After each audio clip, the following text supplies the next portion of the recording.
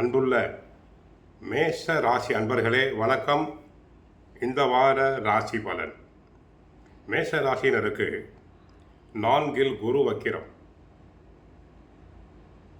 7ஆம் இடத்தில் புதன், 5 கேது பூர்வ புண்ணியஸ்தானத்தில், அஷ்டமத்தில் சூரியன், செவ்வாய், புதன், ராகு பகவான் லாபஸ்தானத்தில் இருக்கிறார். விரய ராசியில் சனி வக்கரம் அடைந்திருக்கிறார்.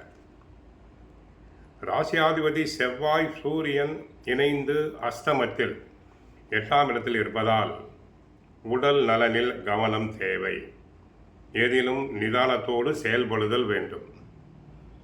யாரிடமும் பேசும்போது நிதானம் தேவை.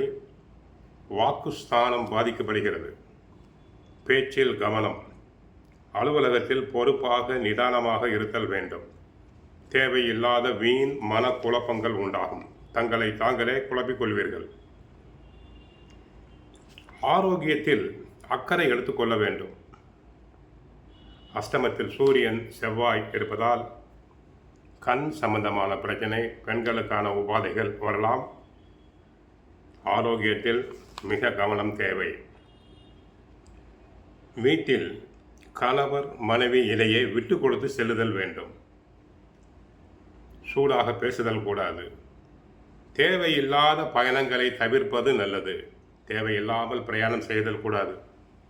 அப்படி செய்தால் உடலில் அசதி, சோர்வு வந்து விலகும். தொழிலில் போட்ட முதலை எடுக்கக்கூடிய வாய்ப்புகள் கடின முயற்சிகளுக்கு பிறகே உண்டு. கூட்டாளிகள் மூலமாக ஒரு சில ஆதாயத்தை அடையக்கூடிய அதிர்ஷ்டம் உங்களுக்கு உண்டு. வேலைக்கு செல்பவர்களுக்கு வேலை பளு அதிகமாக இருந்தாலும் எதையும் திறமையாக சமாளிப்பீர்கள். உயர் அதிகாரியிடம் பேசும்போது கவனமாக பேசுங்கள். ராசிக்கு 7இல் புதன், லாபஸ்தானத்தில் ராகு இருப்பதால் எதிர்பாராத நேரங்களில் சில உதவிகள் கிடைக்கும். மாணவியர்களுக்கு படிப்பில் ஞாபக மறதி உண்டாகும். கோயிலுக்கு சென்றால் ஸ்ரீ ஹயகிரீவரை வழிபடுங்கள்.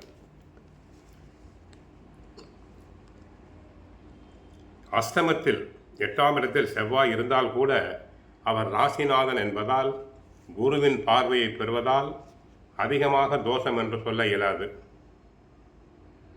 ஆனால் அஜாக்கிரதையாக இருந்தால் ஆபத்துகளை நாமே வரவழைத்துக் கொள்கிறோம். வண்டி வாகனம் ஓட்டும்போது கவனம் தேவை. அஷ்டமத்தில் 8ஆம் இடத்தில் சுக்கிரன் இருப்பதால் பொருள் வரவு நன்கு உண்டாகும். சுக்கிர மங்கள யோகம். சுக்கிரனும் செவ்வாயும் சேர்ந்திருப்பதால் சுக்கிர மங்கள யோகம்.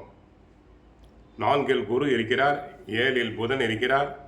கலஸ்திரஸ்தானத்தில் புதன் இருப்பதால் தேவையில்லாத விரோதங்கள், வீண் பலிகள் வரலாம்.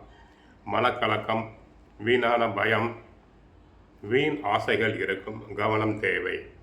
கோவிலுக்கு சென்றால் முருகனை வழிபடுங்கள். கந்த சஷ்டி பாராயணம் செய்யுங்கள். வாழ்க வளமுடன், மங்களம் உண்டாகட்டும்.